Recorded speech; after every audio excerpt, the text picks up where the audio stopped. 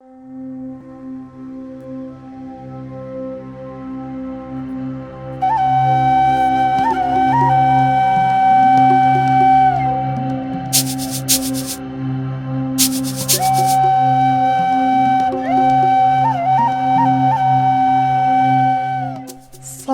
are a natural resource that serve Kenya's economy in numerous ways. The packets in which our unga, milk, and other processed foods are packed and sold, and the newspapers that we buy and read every morning are all products of our forests. They are made of paper, which is a wood extract. Without forests, we would have no construction industry. The timber and masonry homes in which we live utilize wood from our forests. This is in the form of shuttering equipment, doors, ceiling boards, and furniture.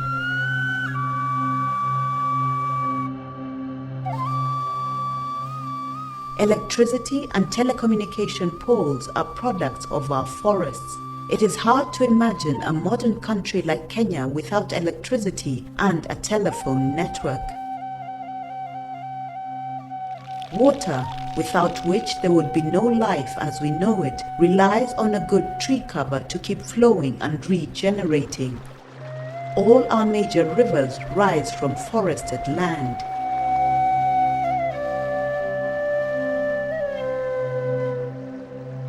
Forests are a natural habitat for wildlife, including bird life. Without forests, the wildlife for which Kenya is world famous would be no more. From even the wildlife perspective, it'd be nice to mention that in fact 75% of wildlife in some of the areas where we border with the parks, for animals actually live in our forests. Forests have those habitats which by and large help a lot in reserving and maintaining the wide variety of resources. Major cash crops such as tea and coffee are processed in local factories using fuel wood from our forests. The trees also provide a windbreak that is necessary for the survival and prosperity of these and other crops. Hydroelectric power generation relies exclusively on river water, which springs from our woodlots such as the Mount Kenya forests.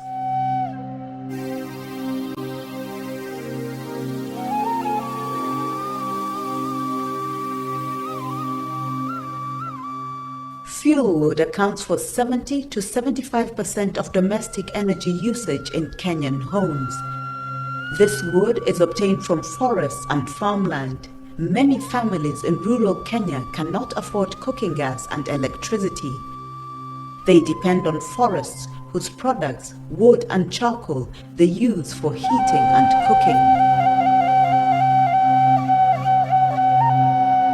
At the subsistence level, you know that quite a big proportion of Kenyans derive their part of their livelihood from forests. I'm talking about grazing into the forests. I'm talking about extracting fuel wood, basically kuni for our rural people. They get quite a bit of it from the forests. You know that there are people who thrive on the forest for medicine, both for humans and wildlife. You know that there are people who engage in certain income generation activities within the forests. Kenya is a world-renowned ecotourism destination. The World Conservation Union, IUCN, defines ecotourism as environmentally friendly travel to natural areas in order to enjoy and appreciate nature. We in forestry are also looking at the non-conventional tourism ideas. We are now looking more into ecotourism, and definitely forestry plays quite some important role in ecotourism. We have just identified about 200 ecotourism sites in our forests. We want to roll out that site or those sites so that we can bring in the private sector to develop and manage, basically to improve on tourism visitation. Our indigenous forests, including the mangrove woodland of the coastal region, are an indispensable component of ecotourism. Without these forests, the hundreds of thousands of eco-tourists who flock to Kenya every year would have no reason to continue coming.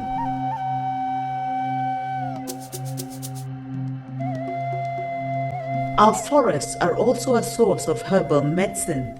It has been scientifically proven that herbal medicine, which is used in the treatment of various ailments including malaria, has no side effects. In many parts of Kenya, indigenous forests are a repository of the cultures and traditions of communities. In recognition of the important role played by our forests, the government of Kenya passed the Forest Act 2005, which led to the creation of the Kenya Forest Service (KFS) in 2007. Kenya Forest Service was mandated to enhance conservation and sustainable management of forests and related resources for environmental stability and socio-economic development. Kenya Forest Service is slightly over a year old now, having inherited the activities that were being undertaken by Forest Department, but with an expanded mandate. So the main activities that KFS is undertaking at the moment is basically management and conservation of forests in the country. There before, you know that the registration we operated in was only targeting government land forests, but the current one has an expanded mandate, and we are concerned with forests outside protected government areas. And in those, because of that expanded mandate, then we have an additional responsibility of ensuring that tree resources and forests in outside protected areas are also managed sustainably to provide the goods and services. Under the Forest Act 2005, KFS has a wider mandate which puts it in charge of all types of forests. These include gazetted forests, trust lands, and private forests. Kenya Forest Service, therefore, has a legal mandate to intervene whenever necessary to ensure proper management of private forests and trust lands. The Forest Act 2005 also provides for stiff penalties for those engaging in the wanton destruction of forests.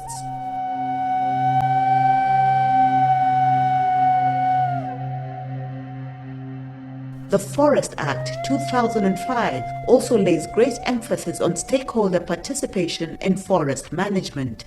Now, in the past, communities did not have a big say in the way we manage our forests.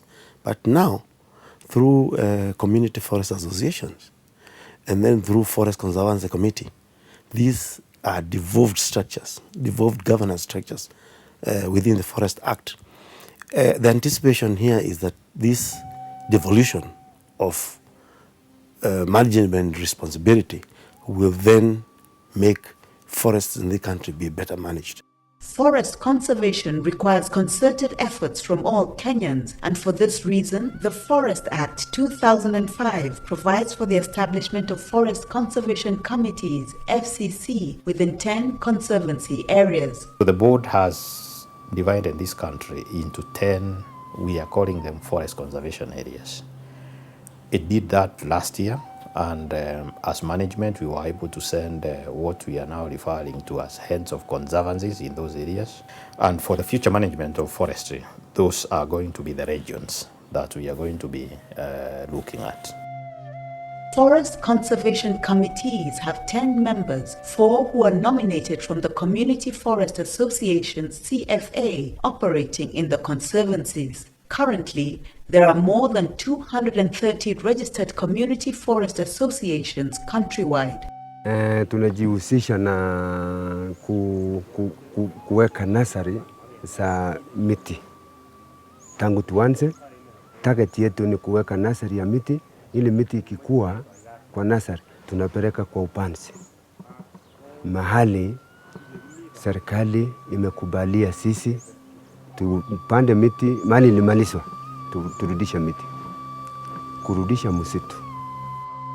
forest conservation committees contribute to improved management of the forest resource and sustainable economic development through decentralization and increased participation of stakeholders in decision-making on forest resource management and utilization. The Forest Act 2005 also recognizes the need for involvement of the community and all other stakeholders in forestry planning and management. The same act requires that all activities undertaken in the forests must be on the basis of approved management plans. Participatory forest management plans ensure wider stakeholder participation and improve livelihoods for forest adjacent communities. They also contribute to improving the current state of forests. We believe that forestry as a resource needs to be prudently managed so that it can drive the aspects of our industrial development. I see a lot of achievement hinged on Vision 2030 being basically synergized through good and proper forest management. The Forest Act 2005 also ensures that forest management planning is based on an ecosystem approach. Hence, KFS has zoned different regions to be used for industrial plantations, indigenous forests, and farm forestry. State forests cover approximately 1.7 million hectares. Out of these, 125,000 hectares are industrial plantations expected to buffer the natural forests and also sustainably supply timber to the construction industry. The Kenya Forest Service is dedicated to ensure an increase in forests to the world's acceptable standard of 10% forest cover. Towards this, we call upon all Kenyans to contribute to environmental conservation by planting trees. For further information, contact your local district forest officer.